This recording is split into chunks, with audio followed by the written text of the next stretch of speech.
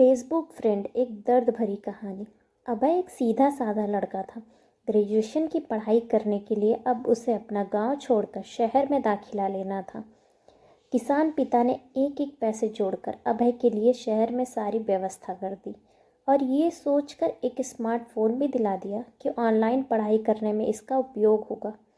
स्वभाव से अंतर्मुखी अभय को अब अपने सपनों को पूरा करने के लिए बहुत मेहनत करनी थी। अपने संकोची स्वभाव के कारण वह शहर के बच्चों के साथ उतना घुल मिल नहीं पाया और दोस्त बनाने के लिए उसने सोशल मीडिया का सहारा लिया। ऐसे ही फेसबुक पर उसी शहर के मयंक नाम के एक लड़के से उसकी दोस्ती हो गई। मयंक का प्रोफाइल अभय को बहुत पसंद आया था। दोनों के बीच मैसेज का आदान प्रदान शुरू हो गया। पढ़ाई के लिए किए गए फ़ोन का प्रयोग अब दोस्ती और मनोरंजन वीडियो देखने में होने लगा। यहाँ तक कि क्लास करते हुए भी अभय का ध्यान मोबाइल स्क्रीन पर लगा रहता था। मयंक और अभय की दोस्ती भी गहरी होती गई, यहाँ तक कि मयंक कई बार उसका फ़ोन भी रिचार्ज करा देता था। देखते देखते उनकी फ्रेंडशिप को 2-3 महीने बीत गए, पर अभी भी उनकी एक बार भी मुलाकात नहीं हुई थी। फिर एक दिन मयंक ने अभय को एक जगह बुलाने के लिए कॉल किया। यार, एक बहुत अच्छी अपॉर्चुनिटी है, तो सुबह 10 बजे व्हाट्सअप किए पते पे आ जा। अब पढ़ाई के साथ साथ तो हर महीने 5,000 रुपये भी कमा सकता है और इसी बहाने हम दोनों पहली बार फेस टू फेस मिल भी लेंगे। अभय की खुशी का ठिकाना नहीं था। दोस्त से मिलने की खुशी और पैसा कमाने का अवसर मिलने की बात से वो फूले नहीं समा रहा था। अगले दिन वह सुबह जल्दी उठा और तैयार होकर मयंक से मिलने के लिए पते की ओर बढ़ गया।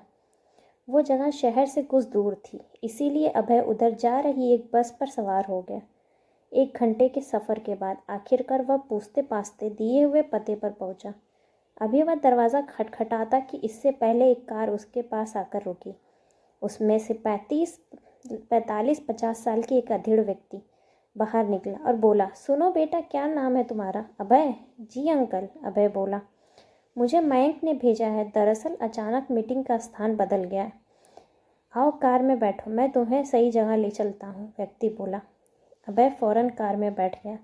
वे आगे बढ़ गए। व्यक्ति ने अभय की केयर करते हुए उसे पीने के लिए फ्रूटी दी। फ्रूटी पीने के करीब 3 घंटे बाद जब अभय की आंखें खुली तो उसने खुद को एक पार्क में लेटा हुआ पाया। उसके पेट के एक तरफ काफ़ी दर्द महसूस हो रहा था। मोबाइल और पैसे भी गायब थे। कुछ देर तक उसे कुछ समझ नहीं आया कि आखिरकार उसके साथ ऐसा क्या हुआ और वो यहाँ पे कैसे पहुँचा। फिर उसने शर्ट उठाकर दर्द वाली जगह देखी तो वहाँ पे एक चीरा लगा हुआ था। अभय का दिल तेज़ी से धड़कने लगा। वह समझ चुका था कि उसके साथ बहुत कुछ गलत हुआ है। वह फ़ौरन भागकर डॉक्टर के पास गया, पर डॉक्टर ने जो बात उसे बताई उसे सुनकर उसके पैरों तले ज़मीन ही खिसक गई। उसके शरीर से एक किडनी गायब थी। अब उसकी काटो तो खून नहीं वाली हालत हो गई। सोचने लगा, क्या सपने लेकर गांव से शहर आया था, अब अपने पिताजी को क्या जवाब देगा। वो भागा भागा पुलिस के थाने पहुंचा। वहां जाकर उसने सामने डिजिटल दुनिया की सारी सच्चाई सामने आ गई। यह जो फेसबुक पर मयंक का प्रोफाइल था, वह कोई युवा नहीं बल्कि अधेड़ व्यक्ति था जिसने उसे कार में बैठाया था। वह आकर्षक अकाउंट बनाकर अभय जैसे लोगों को जो सफलता शॉर्टकट में चाहते थे और ऐसे छलावा पे विश्वास करते थे, फंसाता था। फिर धीरे धीरे पर्सनल लाइफ में घुसकर उन्हें नौकरी का झांसा देकर बुलाता था। उसके बाद शरीर के अंगों की चोरी करता था। ऐसे कितने सारे केस उसके नाम थे। सोशल मीडिया पर सोशल न होकर अगर अभय वास्तविक दुनिया में सोशल होता तो शायद ऐसी नौबत नहीं आती। स्क्रीन के पीछे का सच अब आईने की तरह साफ हो चुका था। इतनी बड़ी ठोकर लगने के बाद अब उसने मोबाइल स्क्रीन पर अपना समय गंवाना बंद कर दिया। वास्तविक और अभ्यासी दुनिया के बीच का फ़र्क अब उसकी समझ में आ चुका था, पर बहुत कुछ खोने के बाद।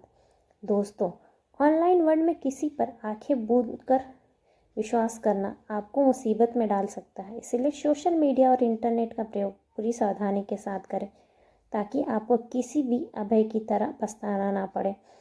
आशा करते हैं कि आपको ये कहानी पसंद आई। अगर पसंद आई है तो चैनल को लाइक, शेयर एंड सब्सक्राइब करना ना भूलें और अपने कमेंट्स को कमेंट्स बॉक्स में ज़रूर दें। धन्यवाद।